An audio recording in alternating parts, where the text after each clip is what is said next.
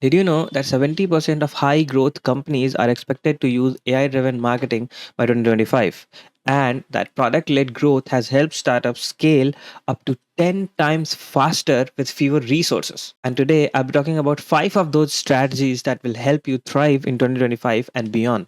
Not only that, these tactics are used by the likes of Dropbox, Zapier, and Notion, but they are shockingly easy to implement if you know where to start. And you do not want to miss strategy 4 because it has single handedly boosted new signups by 30%. So let's jump in. Strategy number 1 is product led growth with affiliate or referral model. This is where your product experience itself is the number one driver of acquisition, retention, and expansion. Instead of putting all your budget into ads or giant sales teams, you focus on making your product so intuitive, valuable, and most importantly, shareable that users naturally want to share it. And there are some great examples of this. A classic example is Dropbox. They incentivized existing users with extra storage for each person they invited, for each friend they invited. That referral loop became core growth engine of theirs. Another successful story is Slack. Employees of many companies loved how frictionless it was to communicate with their teams compared to emails. So they invited more and more people, leading to widespread adoption before Slack even launched an ad campaign. Pair your PLG approach with affiliate or referral. Create an affiliate program that pays or rewards power users for sending quality leads your way. And for everyday users, keep it super simple to refer friends. Make sure to set up automatic prompts or pop ups after they have completed a task that says invite a friend for extra features or extra benefits. So, why does this PLG plus referral model works? Number one is the immediate value that the user get. Users see how the product solves their problem quickly because of the intuitive product experience that you have built. Number two, people who are suggested to try a product by their friends are more likely to try it compared to when a company is suggesting it to them, which increases your conversion rate. Number three is scalable word of mouth.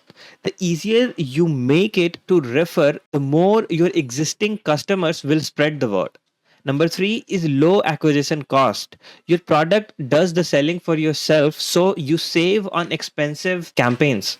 The second strategy is programmatic SEO with large language models like Gemini, DeepSeek, or ChatGPT.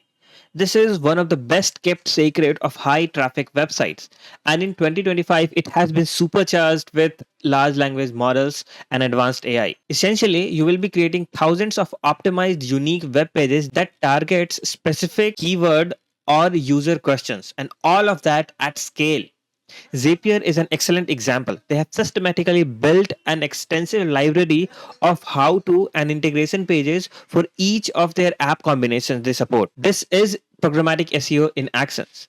Check the link in the description to see Zapier's programmatic SEO pages. Now, with tools like ChatGPT, DeepSeek, or any other custom large language models, you can dynamically generate content outlines or even entire landing pages.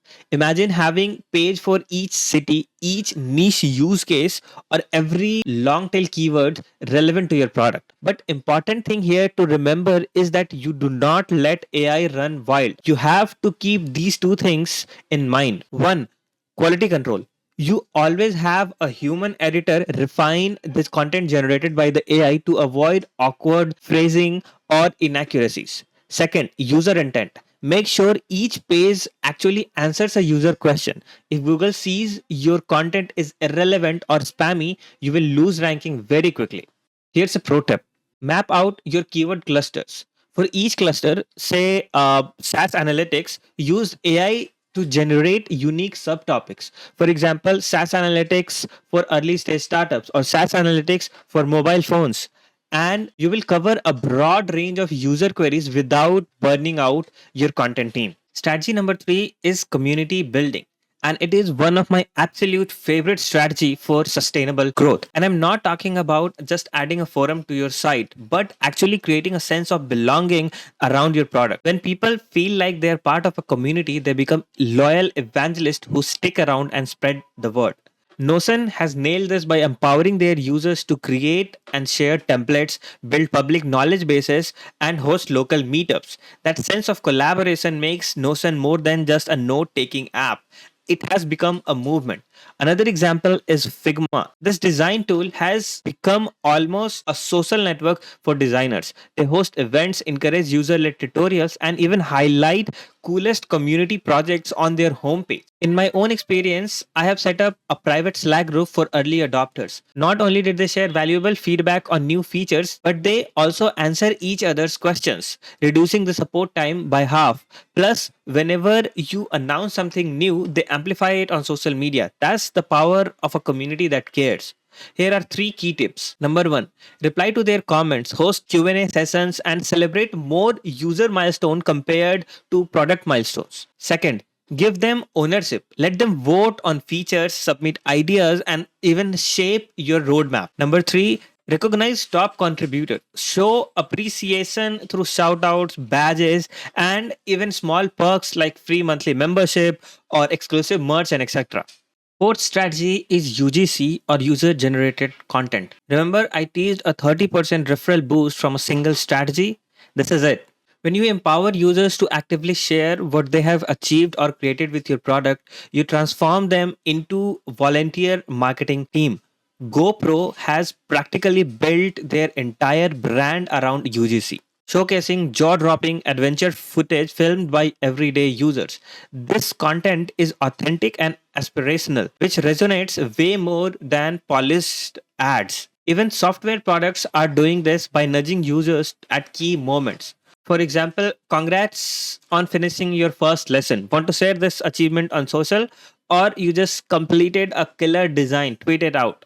Check out Webflow's made in Webflow templates or Canva template library. Everything there is created by users. Here's a small thing you can do. Add a quick share button at multiple moment of delights. Places like after a user achieves a milestone, when they discover a unique feature, or at the end of a workflow or project. You will get an overwhelming result from this small change, and that's a promise. A stream of genuine positive posts on Twitter or LinkedIn that will act as endorsement. If you don't make sharing dead simple, you are missing out on a huge growth engine. Fifth strategy is product growth analytics, which means using tools like PostHog. While the word itself does not sound very thrilling, it is the fuel for all other strategies.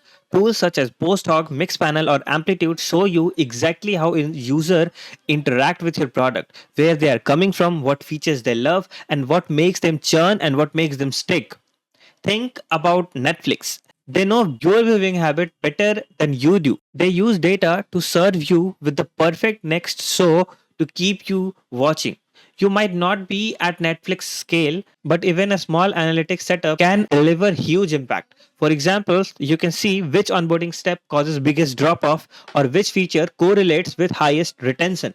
Product growth analytics matters because it helps you iterate quickly. It helps you identify friction points and fix them fast. It helps you measure the impact of your experiments. When you roll out a new features, you can see if it actually boosts any sign up or not. It helps you focus on what actually matters. It helps you double down on features and content that delivers the best result. Trust me, you do not want to guess what's working. With real data, you can systematically grow, and that's how you will crush it in 2025. And those are the five product growth marketing strategies that are going to dominate in 2025, according to me. And these aren't just random tactics, they are battle tested blueprint for sustainable and scalable growth. By combining them, you will turn your product into both a marketing channel and a community that keeps pulling in new users day after day for you. Thanks for watching, and tell me in the comments below how this video sucks.